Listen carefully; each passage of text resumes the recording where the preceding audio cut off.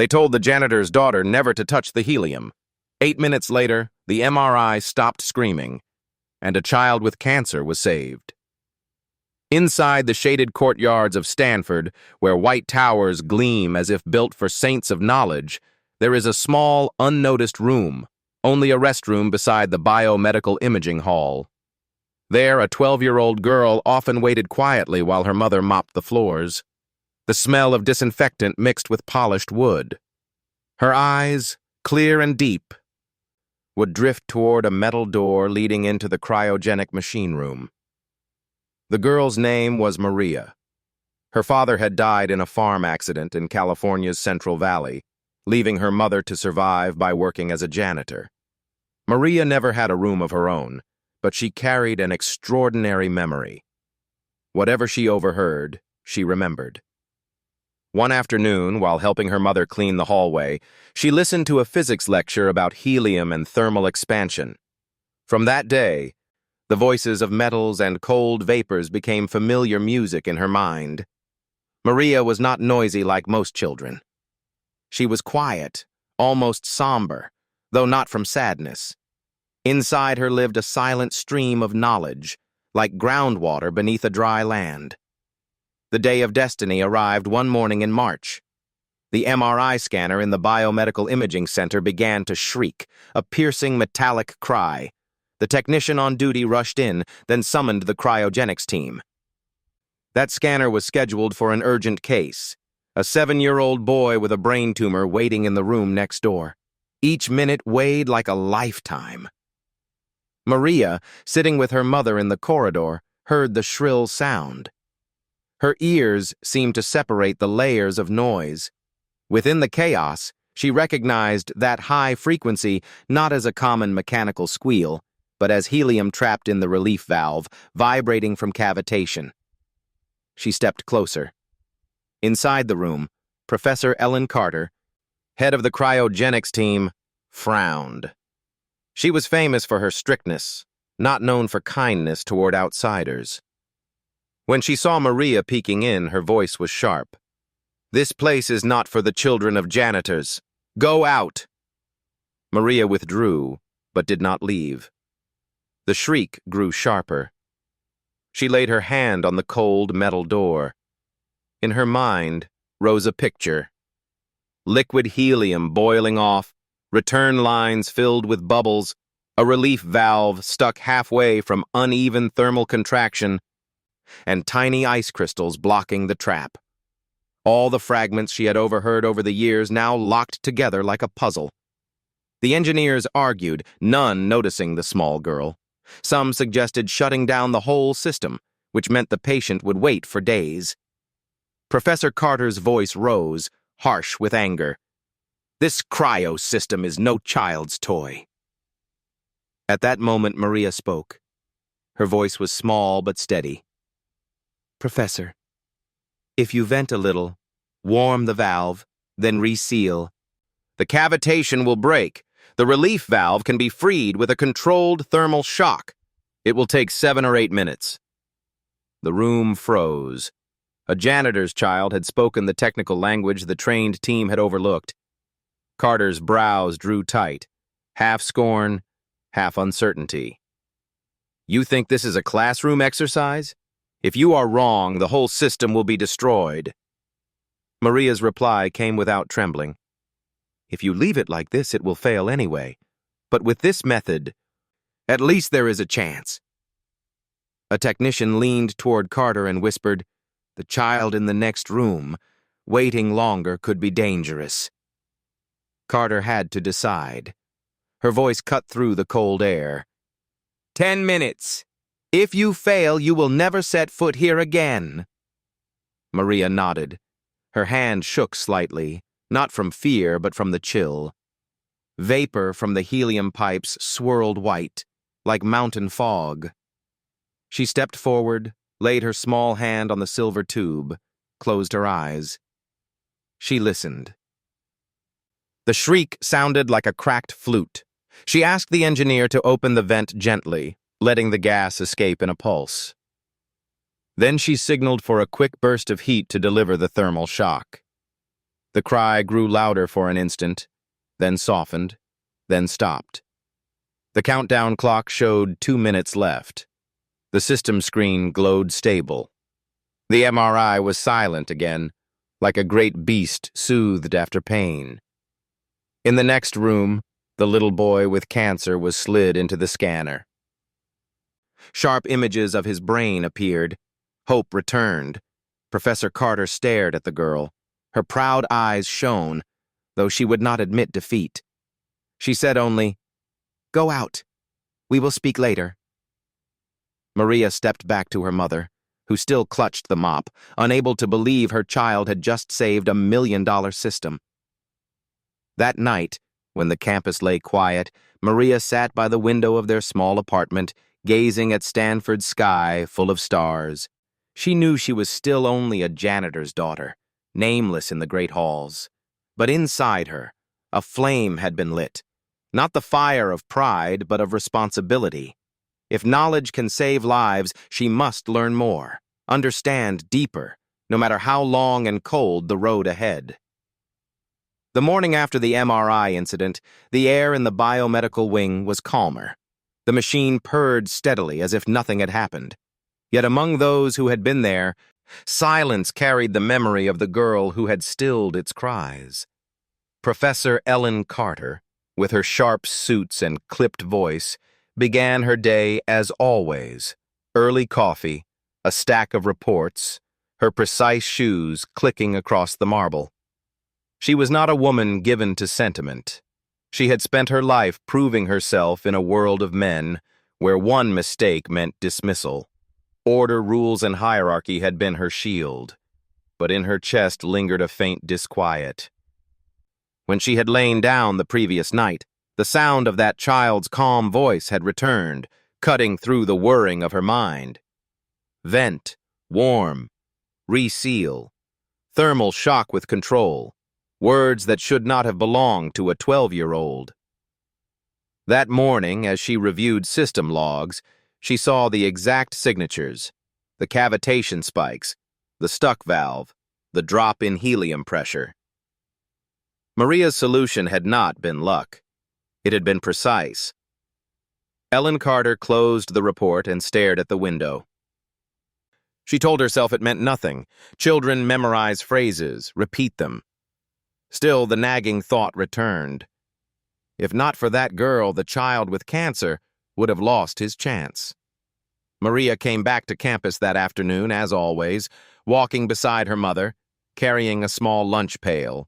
She wore the same red hoodie, sleeves a bit too long. Her eyes seemed to drink in the world without speaking. When she passed the imaging center, the door opened and Professor Carter stood there. The janitor stopped at once, nervous, bowing slightly, but Carter's gaze was fixed on Maria. "You," the professor said, not unkind, not warm. "Come with me." Maria glanced at her mother, who nodded hesitantly. She followed. Inside the lab, the machines hummed. Coils of silver pipes glistened under fluorescent light. Carter crossed her arms. "Tell me," she demanded, "how did you know about cavitation? Who taught you those words?" Maria's voice was small but steady. "No one. I just listen. Sometimes I sit outside when classes are going on, and when I hear machines, I try to imagine what they are feeling."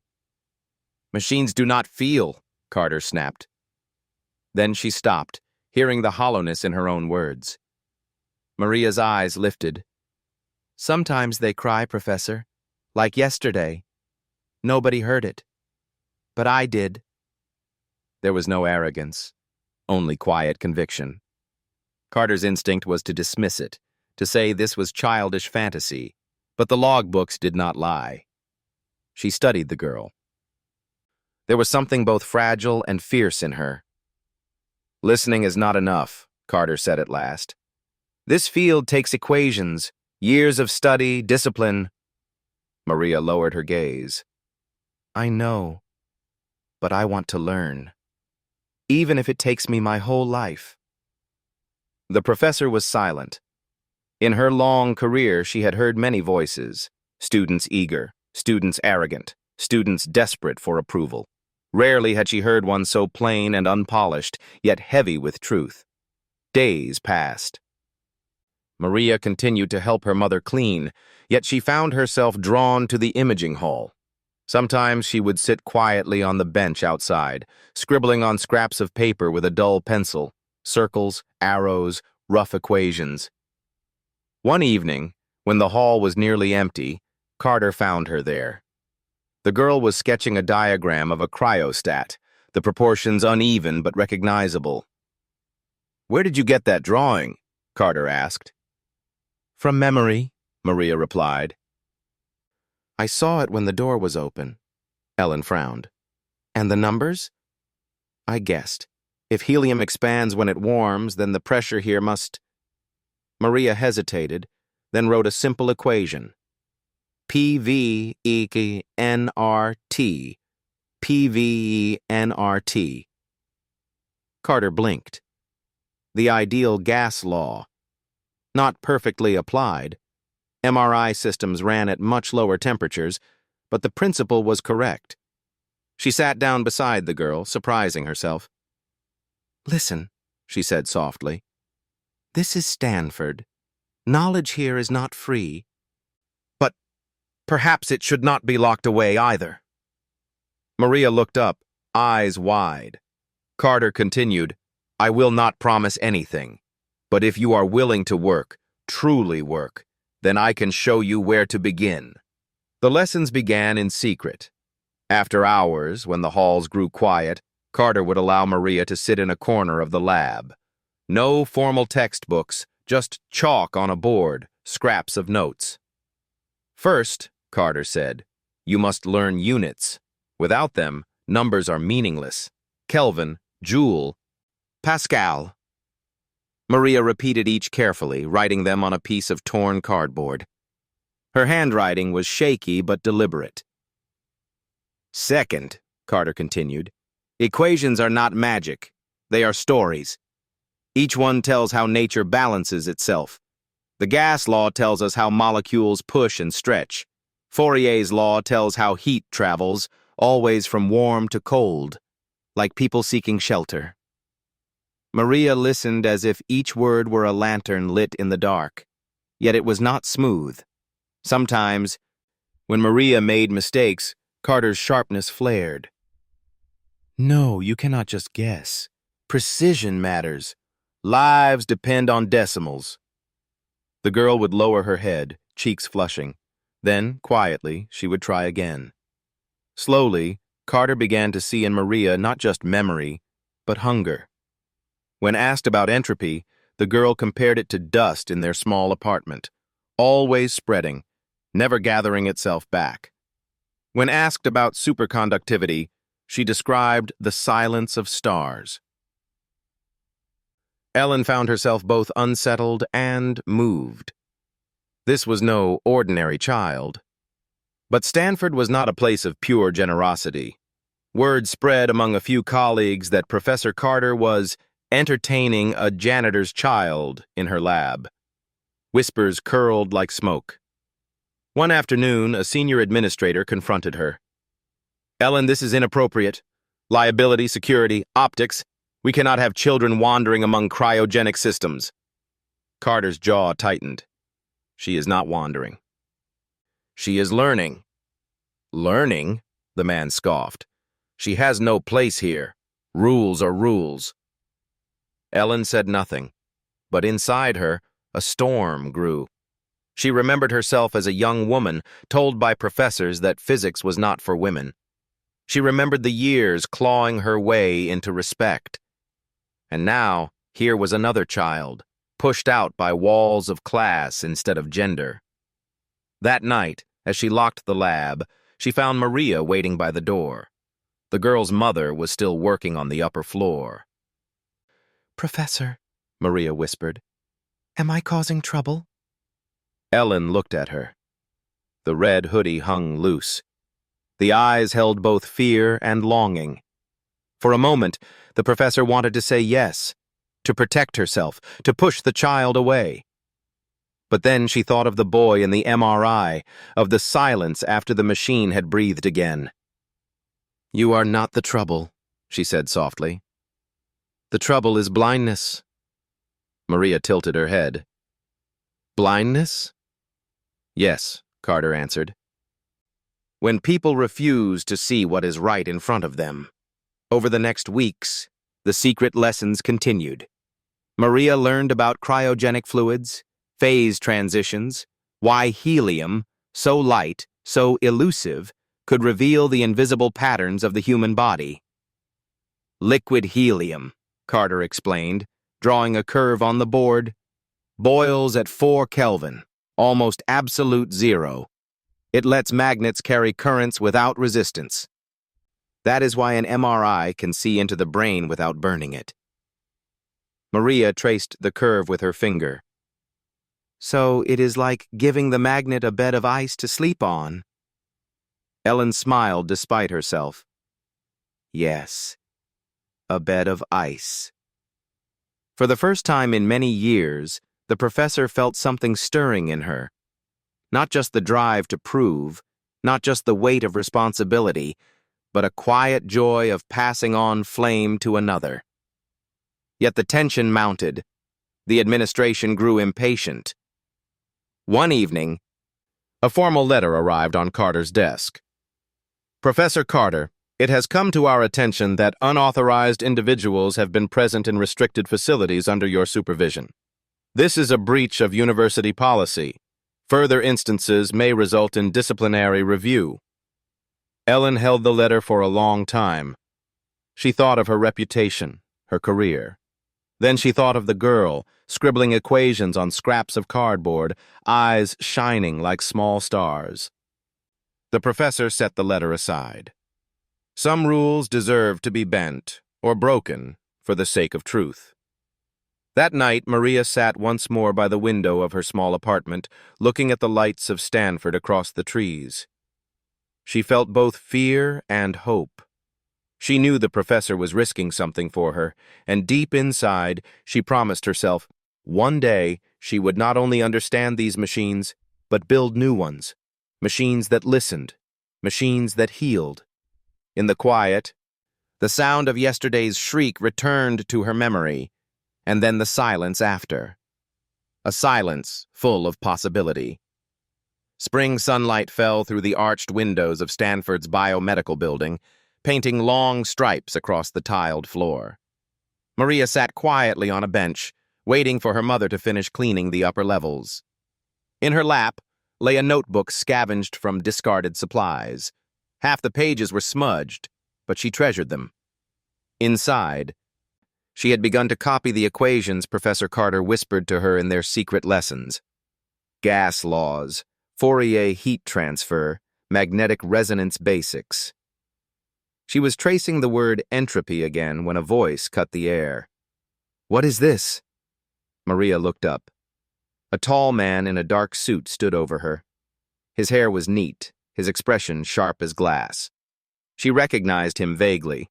Dr. Halstead, a senior researcher in cryogenics. His reputation was as cold as the helium he worked with. He glanced at the notebook, then at Maria's hoodie and worn shoes. His lip curled. "Scribbles," he said. "Children's play." Maria shut the notebook quietly. She did not answer. "Do not loiter here," Halstead continued. "This is a research corridor, not a daycare." Before Maria could move, the sound of footsteps approached. Professor Carter emerged, carrying a folder of system reports. When she saw Halstead looming over the girl, her eyes narrowed. "Is there a problem, Dr. Halstead?" "Problem?" He gave a thin smile. "Only curiosity.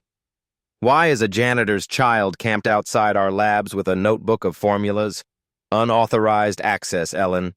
Dangerous optics." Carter's tone was cool. "She is waiting for her mother." "Waiting or trespassing?" Halstead's gaze shifted to Maria again. "This is Stanford, not a charity ward.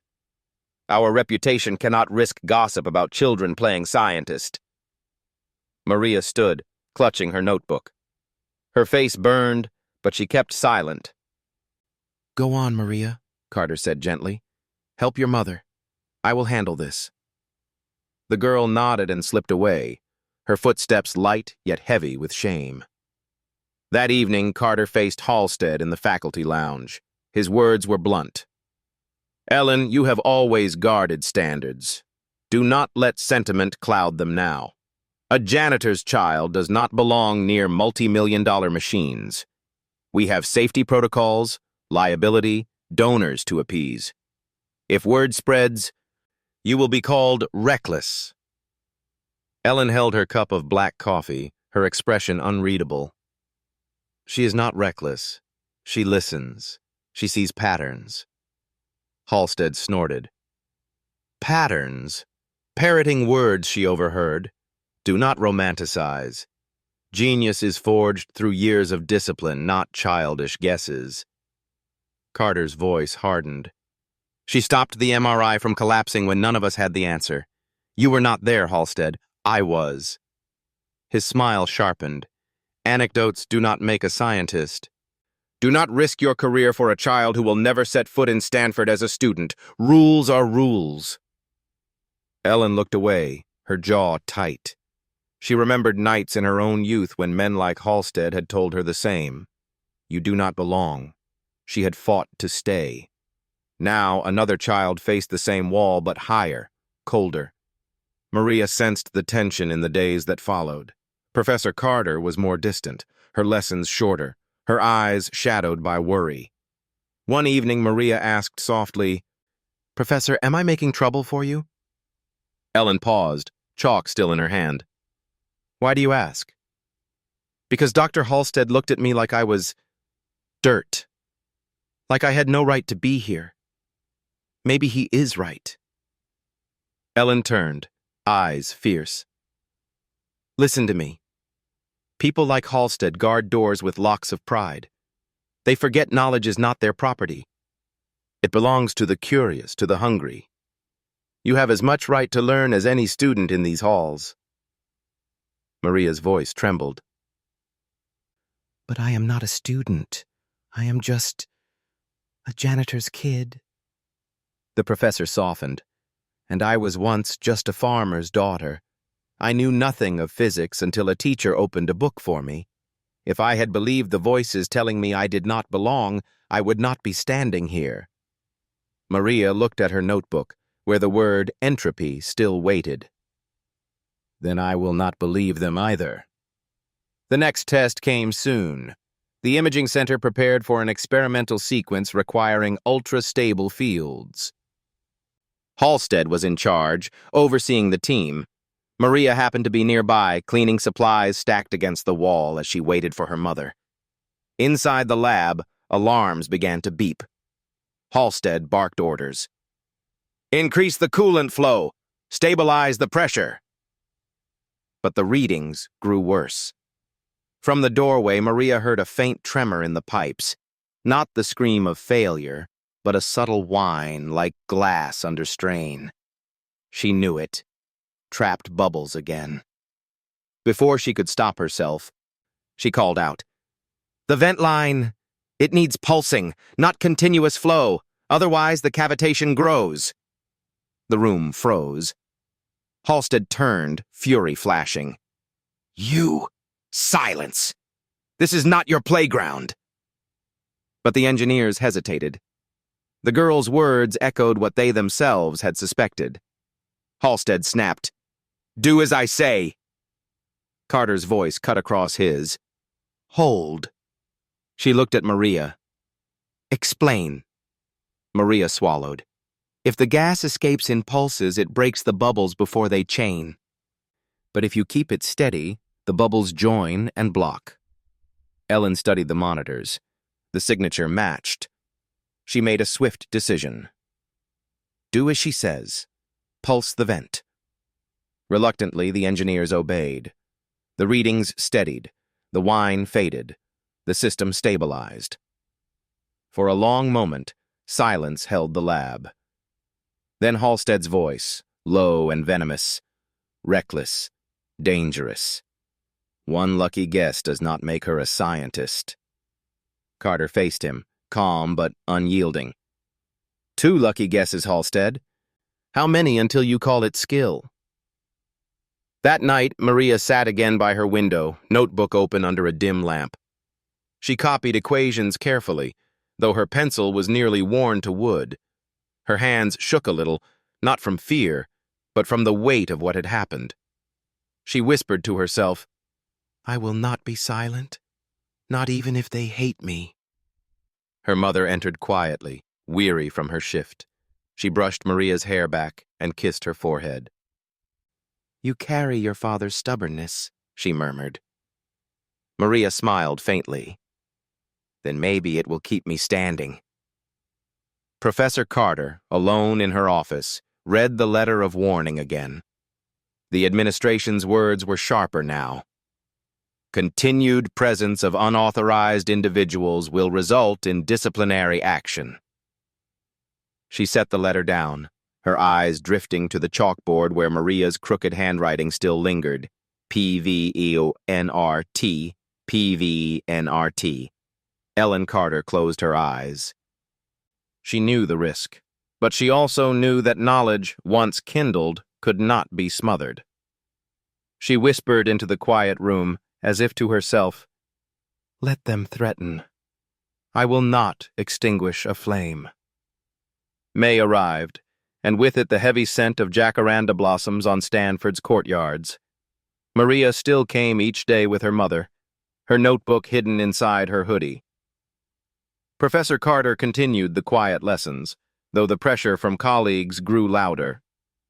One afternoon, Carter stood by her office window, watching graduate students crossing the quad. She knew she could not hide Maria forever. The girl needed more than scraps of cardboard and whispered equations. She needed challenge, even if it hurt. That evening, Carter spoke to Maria. "You have learned enough to stand before others," she said. Maria's eyes widened. "Stand? Before students?" "Yes," Carter replied. "Tomorrow I will bring you to a graduate seminar. They are not kind, Maria. Some will laugh. Some will dismiss you, but you must not be afraid of their eyes." Maria clutched her notebook. "And if I fail?" Carter's voice softened. "Then you fail. And we begin again. Failure is not the end. Silence is." The seminar room was bright with overhead lamps. Rows of graduate students gathered, notebooks open, laptops glowing. At the front stood a wide chalkboard, half erased from earlier lectures. When Professor Carter entered with Maria at her side, the room murmured. Some students frowned. Others smirked. One whispered, "That's the janitor's kid." Another chuckled. Carter silenced them with a glance. "Today," she announced, "we will test the clarity of your reasoning. Each of you believes knowledge belongs only to those with titles. Let us see if that belief holds." She gestured to Maria. "This is Maria. She will attempt the same problem as you." The room erupted in whispers. Maria felt heat rise in her cheeks, but she stepped forward, clutching her worn pencil. Carter wrote on the board, "Helium boil-off in an MRI cryostat is detected at 0.2 liters per hour higher than expected. Ambient lab temperature has fluctuated by 3 Kelvin. Identify at least one mechanism that could explain the anomaly and propose a method to stabilize it." The students bent over laptops. Equations filled their screens. Maria, too small for the desk, stood before the chalkboard with a stub of chalk in her hand. Her heart pounded. She drew a shaky line, then stopped. She could feel their eyes drilling into her back. A voice from the back laughed softly. "She doesn't even know where to start." Maria closed her eyes. She remembered Carter's words. "Equations are stories." She whispered to herself, "Tell the story." Then she began. Helium is boiling faster because heat is sneaking in, she said aloud, chalk tapping the board. 3 Kelvin change outside can shift the gradient. The walls of the cryostat expand a little, and the relief valve can open more than it should. Even a hairline gap is enough. Snickers rippled through the room.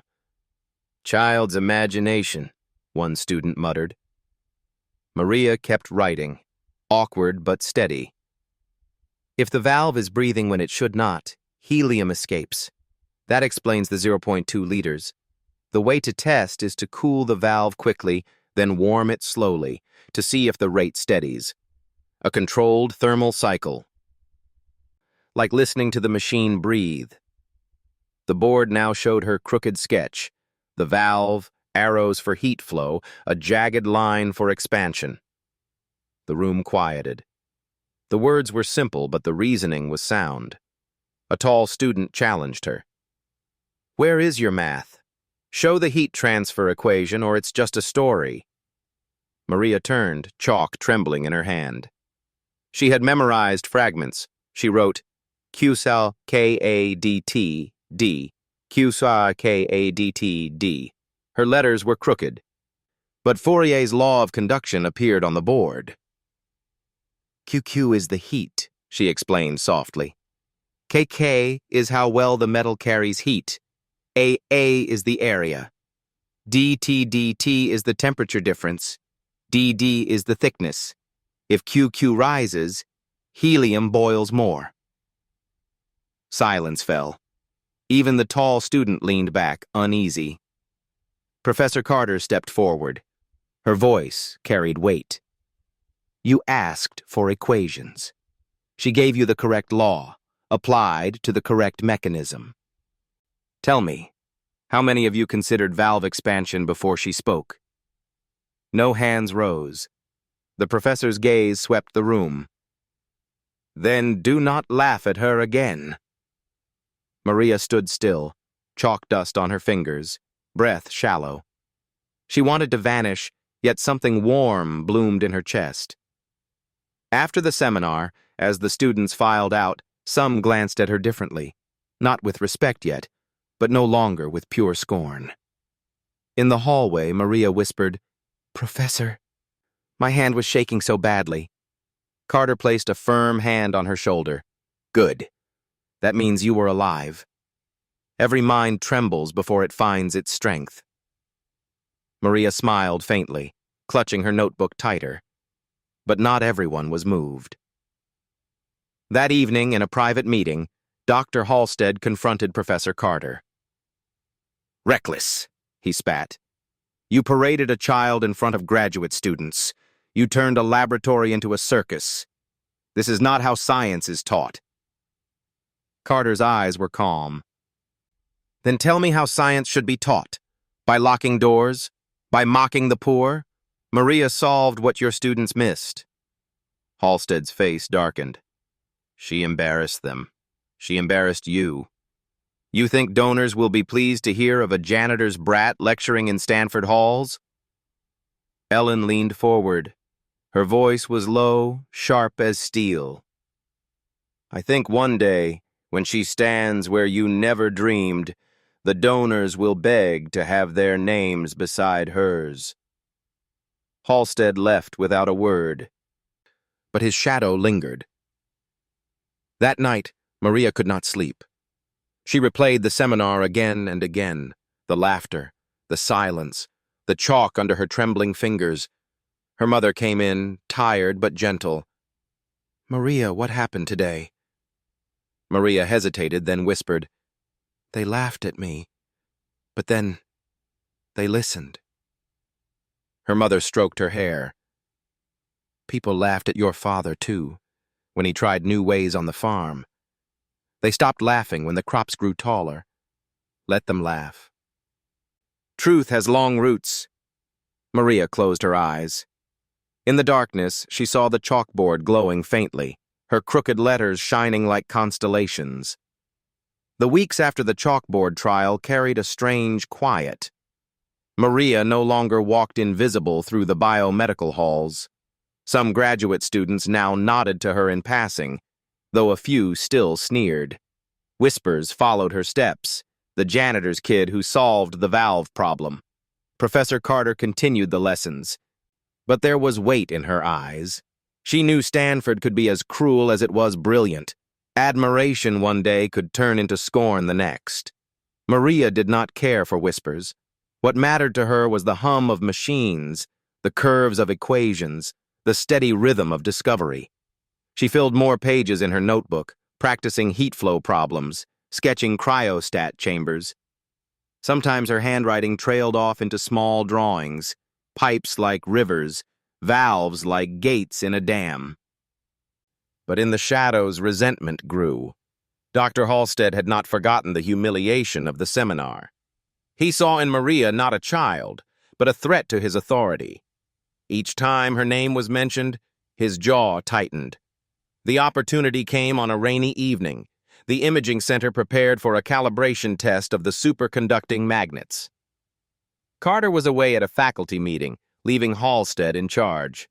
Maria, as usual, sat outside with her mother's cleaning cart, notebook balanced on her knees. When the engineers opened the cryostat panel, Halstead leaned in, making subtle adjustments. No one noticed the small twist of his hand on a valve setting. Too tight. Too soon. He glanced toward the door where Maria sat. His voice was smooth, masking his intent. Perhaps we should let our little prodigy test her wisdom. Bring her in. The engineers hesitated, but Halstead insisted. Maria stepped inside, clutching her notebook. The room smelled of cold metal and ozone. The monitors glowed red with unstable readings. "Tell us, genius child," Halstead said, voice dripping with scorn. "What is wrong here?" Maria froze. She felt the heat of eyes upon her, waiting for her to stumble. The readings showed helium loss far higher than expected. She closed her eyes. The sound of the system filled her ears, not the sharp cry she had known before, but a strange, uneven pulse, like a breath held too long. "The valve is wrong," she whispered. "Someone turned it too tight. The helium cannot breathe." Snickers rose around the room. Halstead's smile widened. "Accusing sabotage now, are we? Convenient excuse for not knowing the answer." Maria's cheeks burned. Her heart thudded painfully. She scribbled in her notebook, drawing arrows, numbers. If the valve is stuck, pressure builds. Cavitation comes faster. You must release it gently. Halstead crossed his arms. "Nonsense. Release it, and you will collapse the system. Go ahead.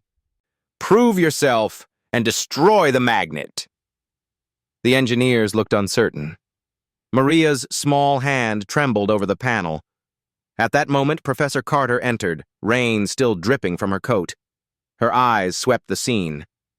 "What is happening?" Halstead's tone was mocking. "Your pupil claims the valve is the problem. She suggests tampering with the system." Ellen Carter studied the monitors, then the valve. Her sharp eyes caught it at once. The adjustment too tight, unnatural. Her stomach turned. She knew this was no accident. "Maria," she said softly, "show me your reasoning." The girl held out her notebook, smudged with graphite. Crooked equations, but clear logic. PV equals nRT PV ENRT, then heat conduction, then cavitation thresholds. Ellen's heart ached. This was no wild guess. It was careful, though clumsy, truth. "Do it," she ordered. Halstead's face paled. "Ellen, if she—" "I said do it," Carter snapped. Maria turned the valve carefully, releasing a pulse. The system hissed, then steadied. The red alarms faded to green. Silence filled the room, thick and undeniable. Halstead's mouth tightened, but he said nothing. Ellen turned to the engineers. "Log the correction, and log that the valve was tampered with." Her voice was ice. "This discussion is over." That night, Maria sat at her window again. But this time her hands shook not from cold, but from betrayal. "Professor," she whispered, "why would someone make it fail?" Don't they want the machine to work? Carter's face was lined with sorrow. Not everyone seeks truth, Maria. Some seek power, some fear losing their place.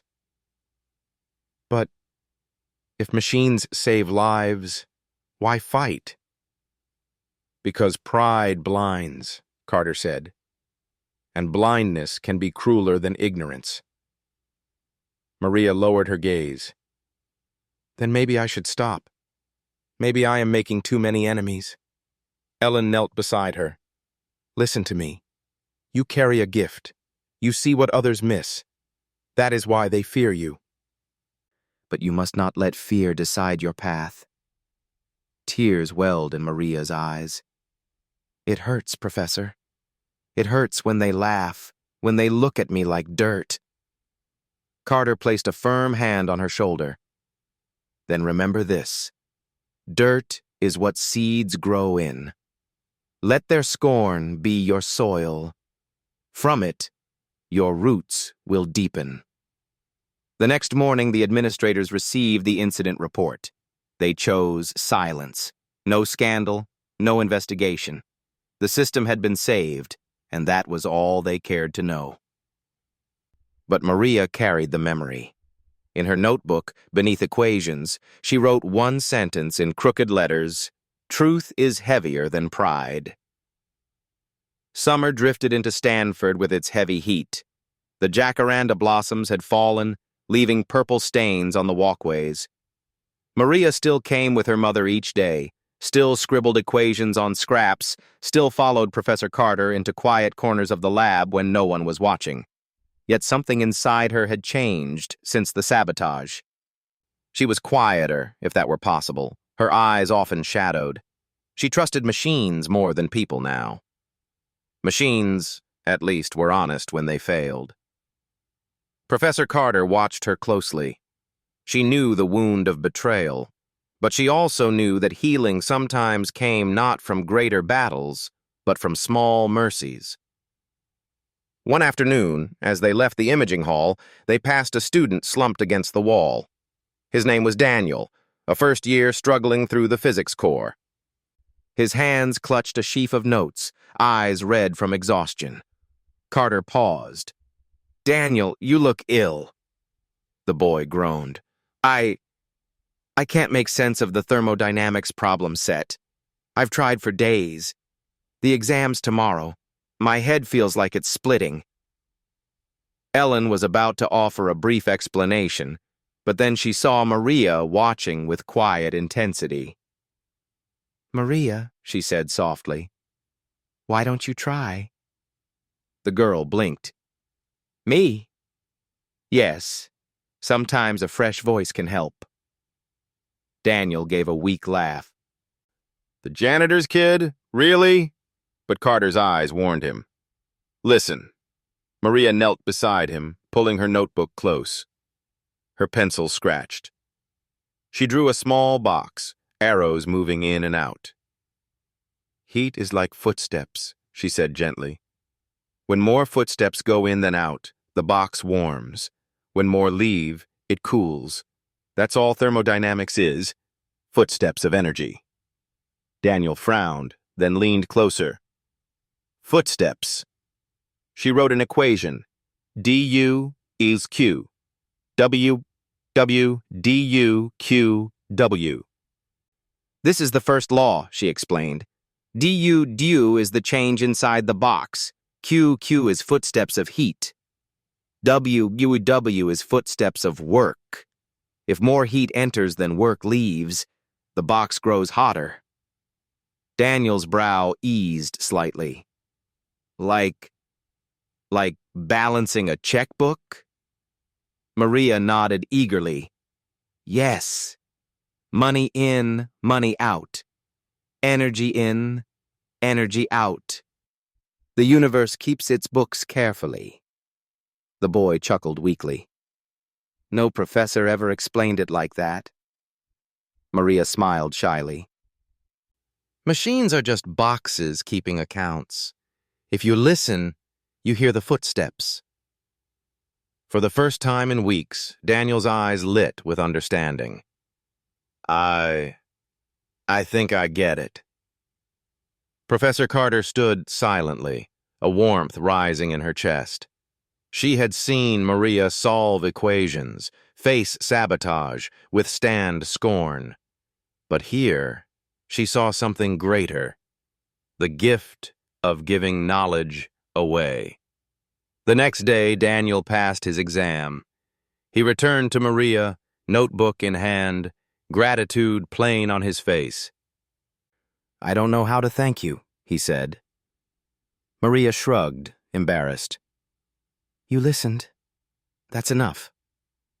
But word spread. Other struggling students began to notice the quiet girl in the hoodie. Some still mocked, but others asked shyly, "Can you explain this?" Maria never refused.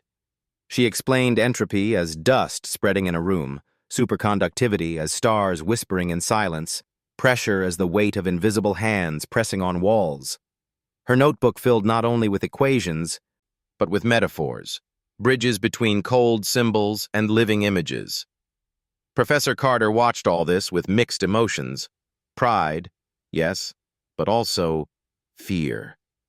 She knew Halstead would hear soon. He would not like that graduate students sought the counsel of a janitor's daughter. Sure enough, one evening he confronted her in the faculty hall. "Ellen, this is absurd," he snapped. "Your charity case is now tutoring our students? What's next? Shall we grant her a degree? She is making a mockery of us."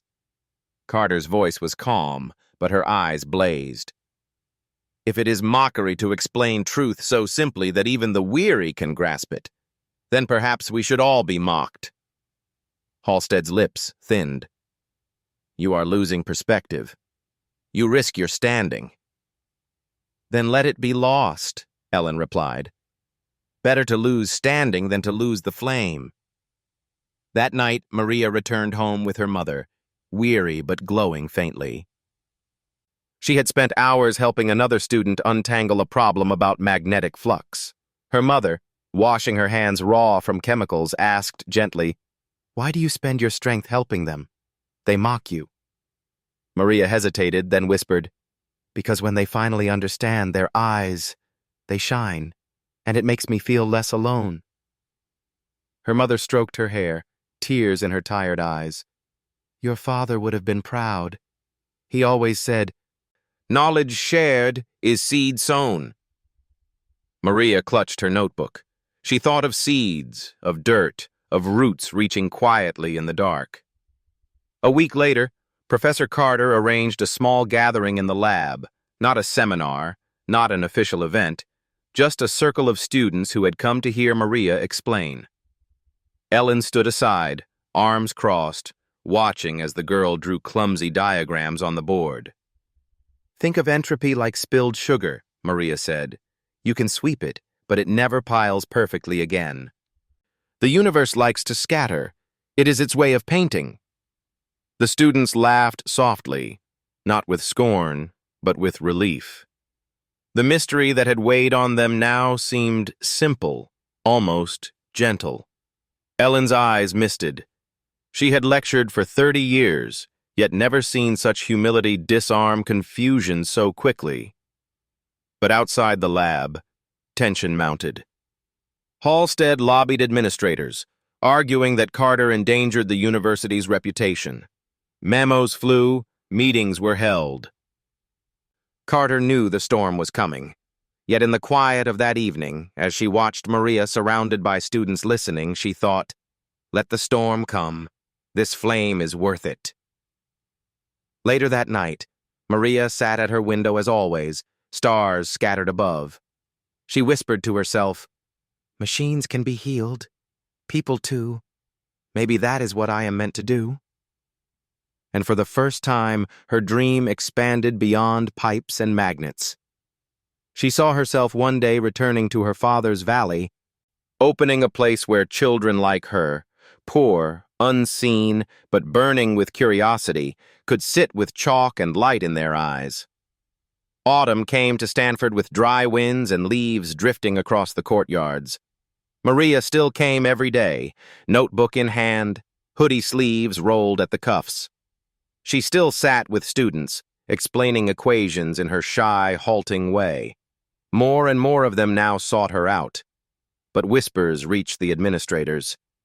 The janitor's girl is teaching in our labs.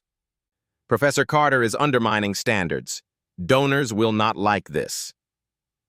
One morning, a sealed letter arrived at Carter's office.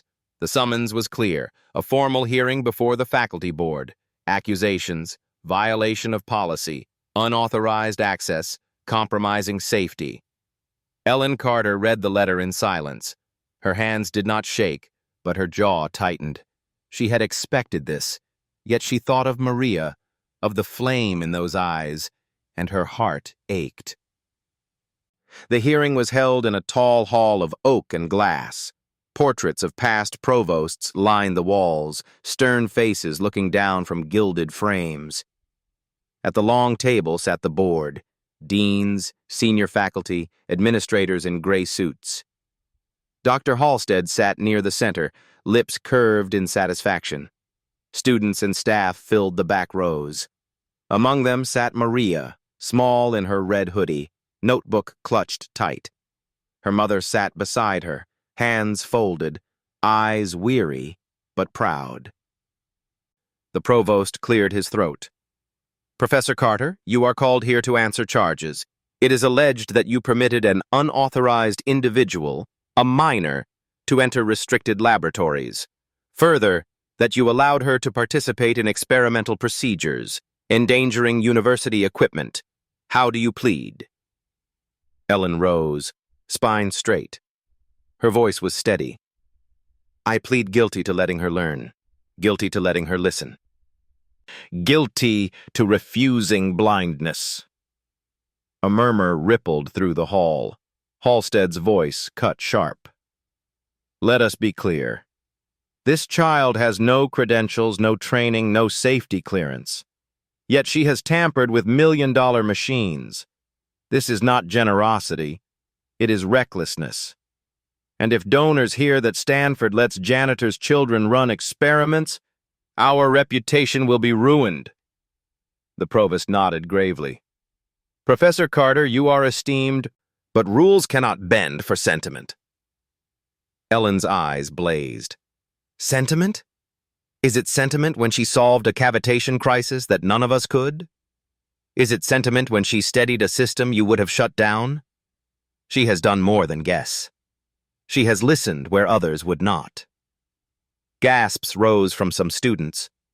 Maria sat frozen, cheeks hot, wishing she could vanish, yet unable to look away. Halstead sneered. Stories. Convenient tales. Do you have evidence? Ellen turned to the engineers present. One by one, hesitant voices confirmed. The MRI saved, the vent pulsed, the sabotage corrected. Halstead's face tightened, but he pressed on. Even if true, genius without discipline is danger.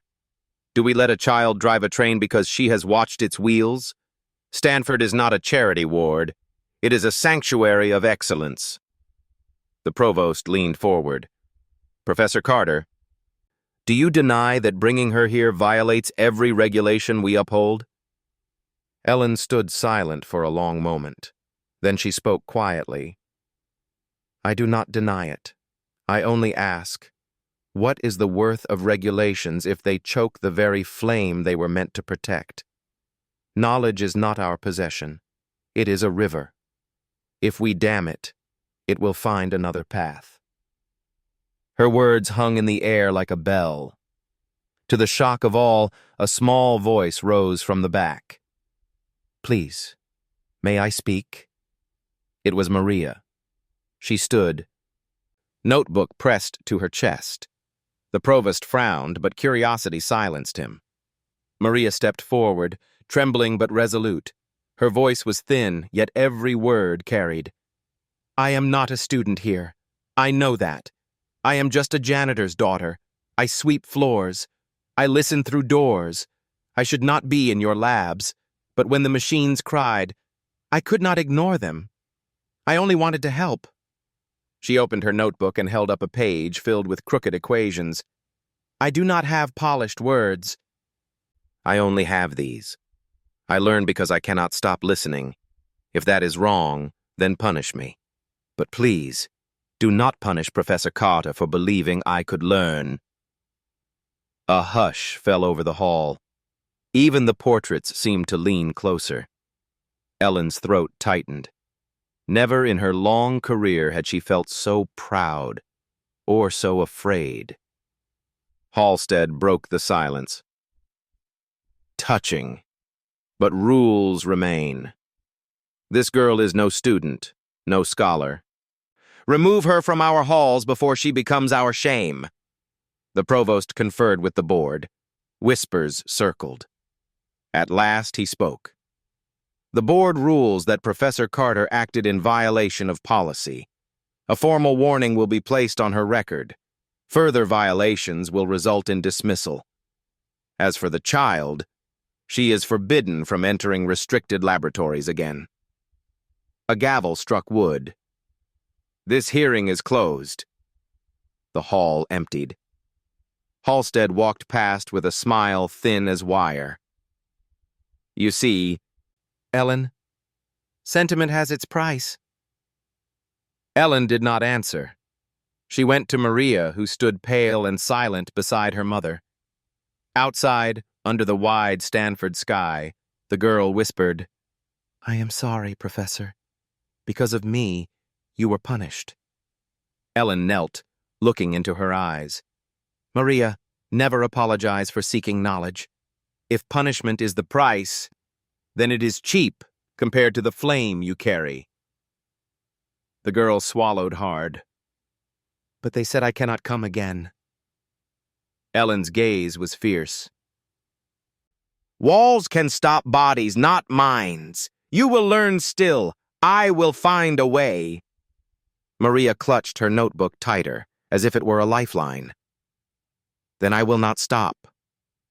That night, in her small apartment, she wrote a single line at the top of a new page. Knowledge is not theirs to lock. And beneath it, she began again.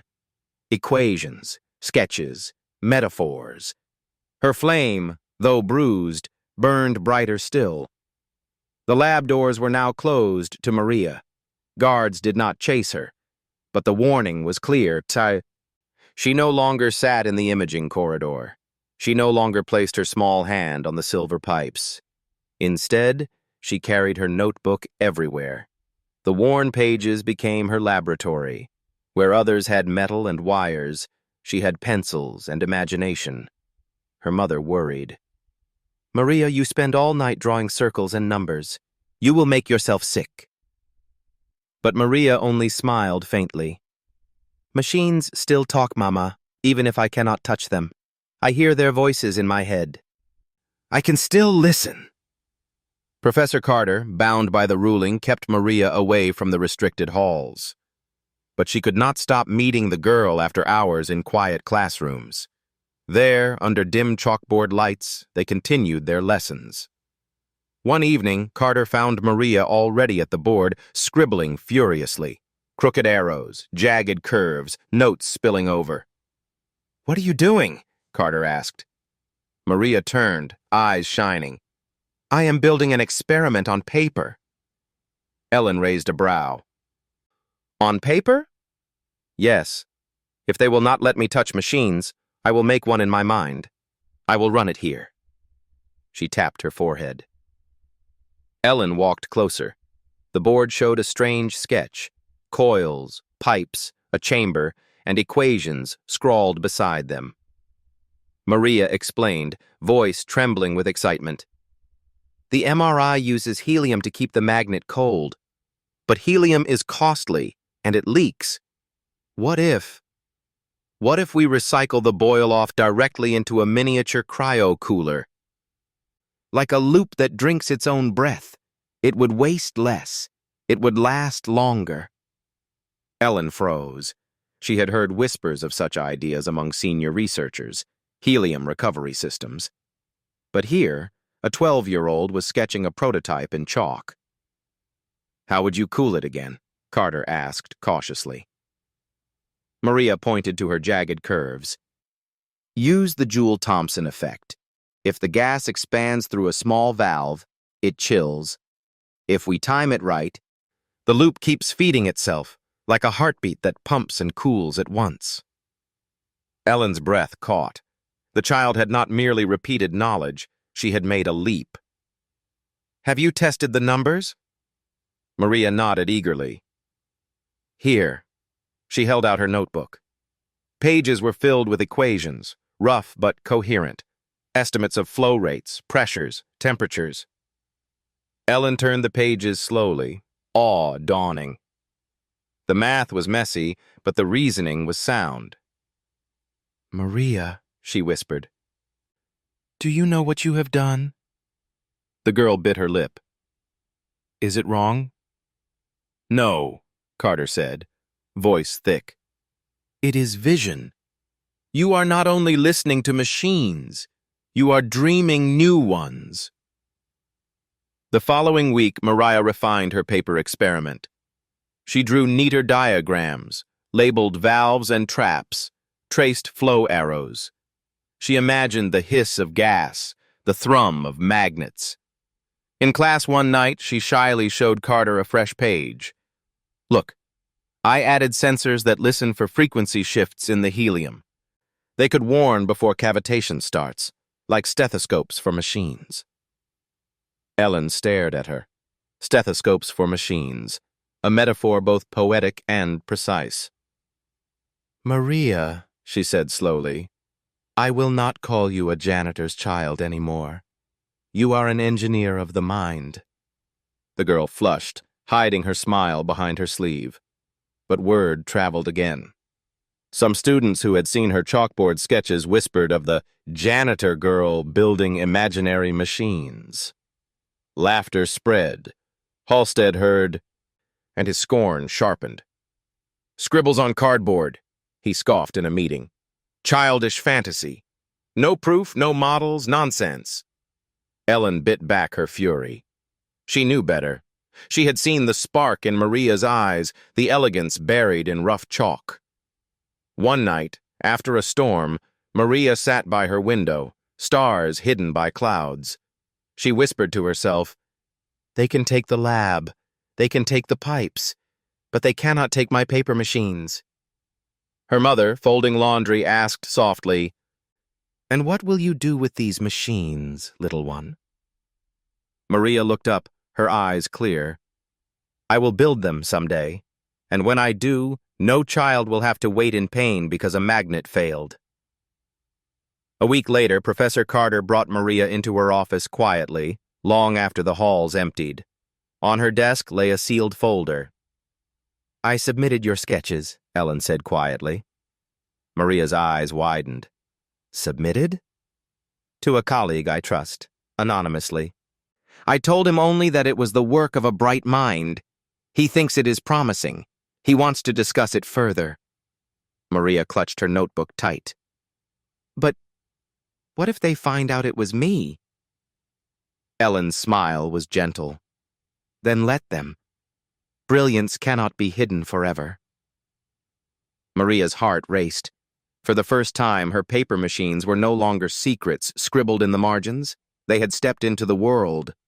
That night, she wrote at the top of a fresh page, "Machines can heal, if someone dares to dream them first." And with her pencil nearly worn to wood, she began again. The news did not explode all at once. It trickled, like water seeping under a closed door. A senior researcher, Carter's trusted colleague, had shared Maria's anonymous sketches during a faculty roundtable. The diagrams were rough, the handwriting crooked, but the idea shone clear. A helium recovery loop, pulsing with the Joule-Thomson effect, breathing like a heart. At first, some professors dismissed it. "A child's doodle," they said, "untested." But others leaned forward, brows furrowed. recognizing a simplicity their own models had never captured. Within a week, copies of the sketches passed quietly between hands. The name was not attached, yet whispers began. Who drew this? Which postdoc? Whose mind saw stethoscopes for machines? Maria knew nothing of this at first. She only scribbled in her notebook at night, still imagining pipes and pulses. She thought her paper experiment lived in secret. But one afternoon, as she sat with Daniel, the student she had once tutored, he leaned close, eyes wide. "Maria," he whispered, "people are talking about a new design, a helium loop that breathes. It sounds like you." Maria's heart thudded. They saw my notebook?" "No name attached," Daniel said quickly. "But the idea, it has spread. Some are impressed, others are furious." She lowered her gaze. "Then they will find out. And when they do, they will laugh harder." Daniel shook his head. "No, some already admire it. They just don't know who to thank." Professor Carter confirmed it that evening. Her face was both proud and weary. "The sketches reached the faculty," she said. "Some see genius, others see threat. Halstead, of course, calls it nonsense. He says you plagiarized. He demands proof." Maria's throat tightened. "Proof? But I cannot build it." "They barred me from the lab." Ellen placed a hand on her shoulder. "Proof lives first in clarity. You already gave them that. The rest will come." "But Professor," Maria whispered, "what if they punish you again?" Ellen's eyes softened. "They already have, and I am still here." The backlash came swiftly. Halstead cornered Carter after a meeting, his voice sharp as knives. "You thought you could sneak this in anonymously? Do not insult me. This reeks of your little prodigy. Tell me the truth. Did the janitor's brat draw these?" Ellen's jaw clenched. "She is not a brat. She is a mind. And yes, they are hers." Halstead laughed coldly. "Then you have doomed yourself. Do you imagine Stanford will allow its prestige tied to a child with no credentials? The donors will revolt." "Then let them," Carter replied, steel in her tone. "I would rather stand with truth than bow to pride." Rumors swirled among students. Some mocked, calling her paper engineer. Others, quietly, asked to see more. Maria remained silent, clutching her notebook close. Yet the flame inside her only grew. Late at night, she refined her sketches. She imagined sensors fine as hairs, tracing frequency shifts. She imagined cryostats breathing steady, never gasping. She imagined children entering MRI machines without fear of delays. One evening, her mother found her asleep at the table, pencil still in hand, notebook open to a page filled with loops and arrows. Gently, the tired woman touched her daughter's hair and whispered, "Your father would have called this planting in stone. Seeds that grow even where no soil exists." A week later, Maria received a folded note slipped under her desk by Daniel. "Seminar Friday. They will debate your design. No one knows your name yet, but they will." Maria's chest tightened. "Debate?" "Yes," Daniel said. "Admiration and backlash in one room. You should hear it."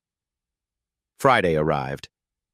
Maria slipped quietly into the back of the seminar hall, hoodie pulled over her head. She sat in shadow, notebook on her lap. At the front, professors and students gathered. A large screen displayed her rough diagram, cleaned and redrawn by someone else, but unmistakably hers. The helium loop, the breathing cycle. A senior physicist spoke first. "The concept is elegant. It mirrors certain designs in Japan, but simpler. If proven, it could reduce helium loss dramatically." Another voice, sharp, interjected. "Elegant? It is naive. There is no data, no prototype, Only sketches. It insults our rigor. Murmurs rippled. Some nodded, others frowned. Then Halstead stood, his words cutting. Colleagues, this is precisely the danger. We indulge childish fantasies, and soon our institution is mocked. This design is nothing more than a fairy tale drawn in chalk. Silence followed. Professor Carter rose slowly. Her voice was steady, each word deliberate. Fairy tale? Perhaps. But fairy tales once told of flight before men had wings, of light in boxes before electricity. Genius often begins with what looks like a child's dream. A hush fell. Eyes turned to her, then to the screen again. In the shadows, Maria's hands trembled. She wanted to vanish, yet also to shout, "It is mine." But fear held her still. After the seminar, as people drifted out, Daniel found her. They argued, yes, but they did not dismiss it. Your idea is alive now. Maria whispered, "Alive, but not mine. They do not know my name." Daniel looked at her gently. Maybe that is not weakness. Maybe it is shield. Let the idea walk first. You can follow later. That night, Maria sat at her window again, notebook open. She wrote carefully. Ideas have legs longer than names. Let them walk. I will catch up. And in the quiet, she felt something new. Not pride, not fear, but patience. A seed does not shout. It waits and grows. Years passed. Stanford's courtyards filled and emptied with new generations of students. Professors retired. New ones rose. The MRI machines grew quieter, steadier, their helium loops humming like calm breath. Maria's sketches, once dismissed as childish scribbles, slowly became blueprints. Prototypes were built, refined, tested, and they worked. Her name, once hidden, began to surface. At first whispered in corridors, then printed in papers, then spoken at conferences. Maria, the janitor's daughter who listened to machines. Some celebrated her as a prodigy. Others still muttered about broken rules. But by then, the truth had walked too far to be caught. Professor Carter, hair silver now, watched with quiet pride. She had endured reprimands, warnings, scorn, but she had also witnessed a child's flame grow into a torch no storm could extinguish. And yet, Maria's heart never belonged fully to Stanford's marble halls. Her dreams returned always to the valley where her father had fallen among vines and dust. Central Valley, rows of tired farms, children working the fields, futures narrowed before they began. One winter, when Maria was barely 19, she returned. The road stretched long and dry. Her mother sat beside her on the bus, hands folded on her lap, eyes moist as she watched her daughter stare out at the familiar hills. The old farmhouse where her father once lived was gone, replaced by bare soil, but Maria carried something no storm could wash away. A vision. The townsfolk had heard whispers. The janitor's girl from Stanford is back. Some doubted, some scoffed, but when she called the children together in the old church hall, they came, barefoot, weary, shy. Sons of farm hands, daughters of fruit pickers, children who thought the world beyond the valley was not theirs. Maria stood before them in her red hoodie, notebook in hand. Her voice trembled at first, but soon steadied. "When I was your age," she said, "I swept floors. I listened through doors. I was told I did not belong. But machines spoke, and I listened. Knowledge is not a castle with gates. It is a river, and rivers belong to all who thirst." She drew on the chalkboard, the same clumsy arrows and boxes. She told them of heat as footsteps, entropy as dust, magnets as stars that whispered. They leaned forward, wide-eyed. The words were simple, yet heavy with wonder. For the first time, those children saw equations not as barriers, but as bridges. Weeks turned to months. Maria opened a small classroom in a converted barn.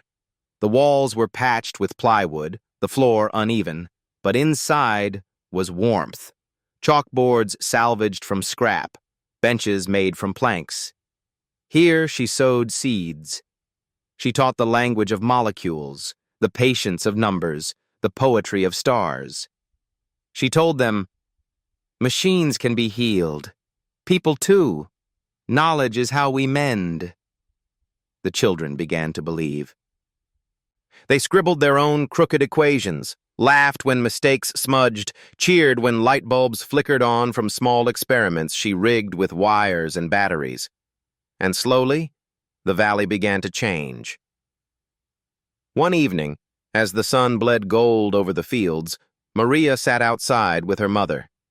The old woman's hands, scarred from years of cleaning, rested on her lap.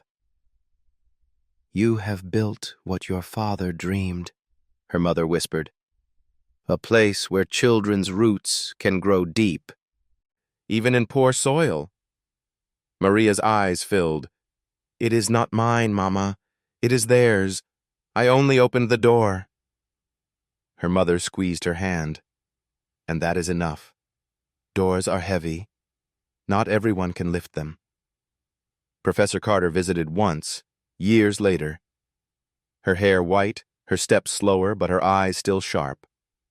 She walked through the barn school, hearing the laughter of children reciting equations in voices unafraid. She turned to Maria. "You have done what I could not. You brought Stanford here." Maria shook her head gently. "No. I brought the valley to Stanford. Then I brought it back. Now both belong to each other." Ellen's throat tightened. She placed a hand on her former pupil's shoulder, whispering, "Then my work is complete." Time moved on.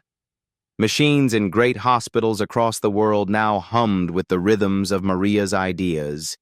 Helium loops breathed steady. Patients no longer waited as long in fear. Engineers called her theories elegant.